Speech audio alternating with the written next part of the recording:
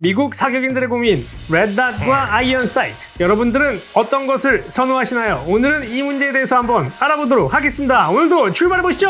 예!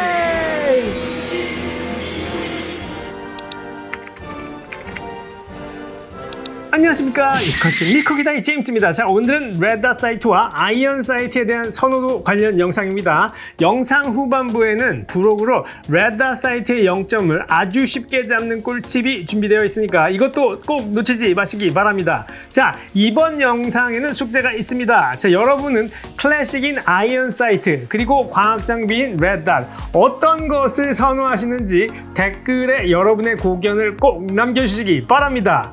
자, 그럼 시작해 보겠습니다. 자, 아이언 사이트는 총기류에 가장 기본적으로 장착이 되는 기계식 조준기를 의미합니다. 자, 철, 즉 아이언이라는 단어가 앞에 붙은 이유는 과거의 조준기들이 대부분 이렇게 철로 만들어져 있었기 때문이죠.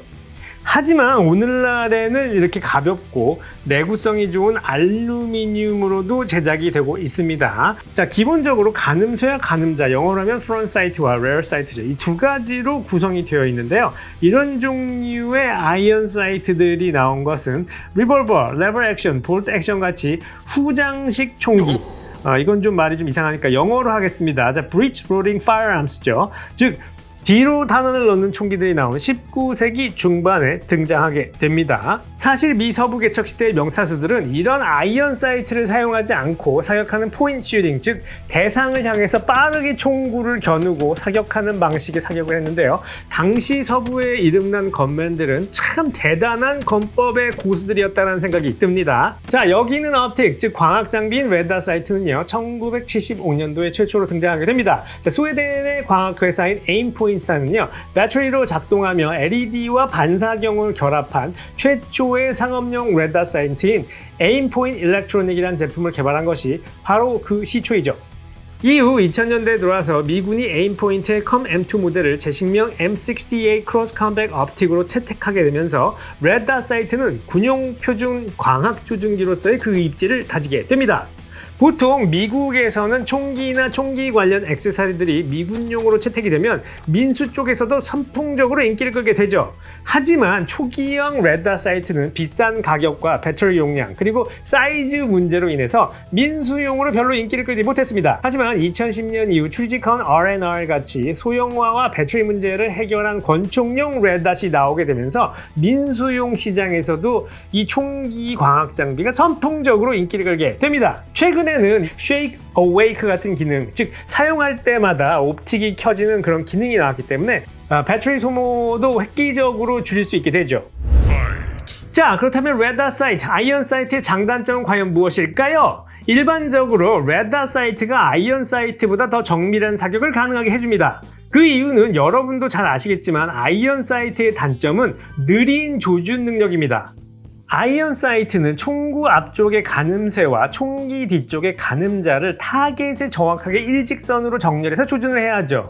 이때 사격자는 세 개의 물체, 즉 가늠쇠, 가늠자, 표적 이 모든 것에 초점을 맞춰야 합니다. 하지만 인간의 눈은 안타깝게도 한 번에 하나의 물체에만 초점을 맞출 수 있기 때문에 실제로는 총구 쪽에 있는 가늠쇠에 초점을 맞추고 나머지는 초점이 없이 흐릿한 상태에서 사격을 해야 하죠. 또한 움직이는 상황이나 아니면 움직이는 타겟을 사격할 때 빠르게 이 세 가지의 정렬을 맞추는 것은 사실상 매우 힘들죠. 하지만 레드닷 사이트는 오직 빨간 점과 타겟에만 집중하면 되기 때문에 훨씬 더 빠르고 정밀한 사격이 가능해지는 것이죠. 또한 아이언 사이트는 야간에 사용이 불가능한 경우도 있습니다. 자, 예를 들자면 안 보이죠? 자, 다시 보세요. 안 보이죠? 그래서 저는 휴대용이나 홈 디펜스용 총기의 아이언 사이트들은 이렇게 야간에 사용이 가능한 나이트 사이트로 바꾸어 달아놓고 있죠. 하지만 레드닷 사이트는 야간에도 이렇게 사용이 매우 편리합니다. 잘 보여요. 또한 시력이 조금 나쁜 사람들도 조준하기가 상당히 편리하죠. 무엇보다도 레드닷 사이트의 강점은 바로 정확도인데요. 이 아주 작은 점인 레디클, 이 빨간색 점을 레디클이라고 부르는데요.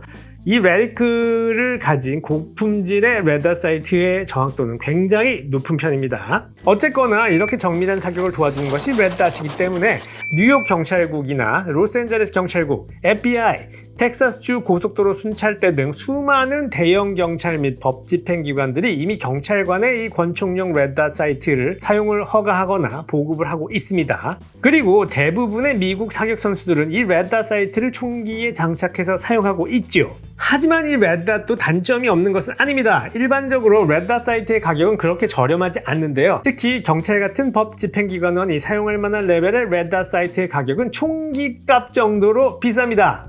그리고 배터리 값이라든지 옵틱으로 인한 총집 재구매, 홀스터도 다시 사야 돼요. 그리고 무엇보다도 고장 등으로 지출되는 유지 보수 비용도 만만치 않기 때문에 아직 도입하고 있지 않은 기관들도 상당히 많습니다. 또한 이 아이언 사이트의 장점도 분명히 있습니다. 아이언 사이트는 견고하고 단순하며 내구성이 좋아요. 그리고 고장이 없습니다. 무엇보다도 배터리가 필요가 없죠. 또한 옵틱 때문에 비싼 홀스터를 구매할 필요도 없습니다. 자, 영상 초반에 말씀드린 대로 부록인 레드닷 사이트의 0점 조절 꿀팁입니다. 사실 레드닷 사이트의 0점은 실탄을 사용해서 하는 경우가 보통인데요. 숙련된 사격자라면 보통 6발 정도에 가능하겠지만 일반적으로 보통 12발 혹은 그 이상을 사격해야지 0점이 잡힙니다. 하지만 이 레이저 보어 사이트를 이용을 하면 0점 조준을 매우 쉽게 할 수 있는데요. 이 레이저 보어 사이트는 총구에 장착하는 레이저 포인터입니다. 자, 방법은 이 레이저 보어 사이트에 총구에 맞는 어댑터를 장착을 해줍니다. 아주 쉬워요. 이것은 이 9mm에 맞는 어댑터입니다. 이걸 장착해주고 총구에 이렇게 꽂아줍니다. 그리고 타겟의 총기를 이렇게 조준을 해서 이 레드닷 사이트의 이 레디클과 이 보어 레이저 레드닷을 이렇게 맞춰주면 됩니다. 그렇게 해서 0점을 조절하게 되는 것이죠.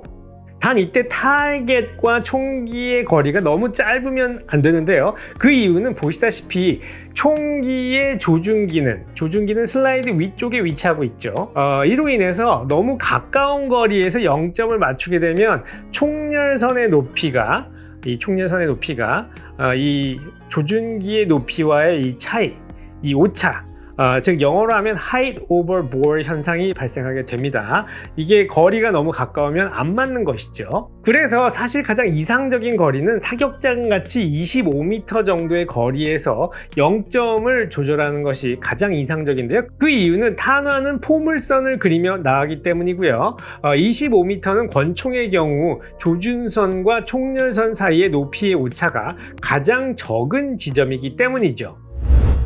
자, 오늘은 아까 말씀드린 것처럼 열린 결말입니다. 하지만 제 의견도 살짝 영상에 넣어보자면요. 일단 처음에는 아이언 사이트를 충분히 연습을 하셔야 됩니다.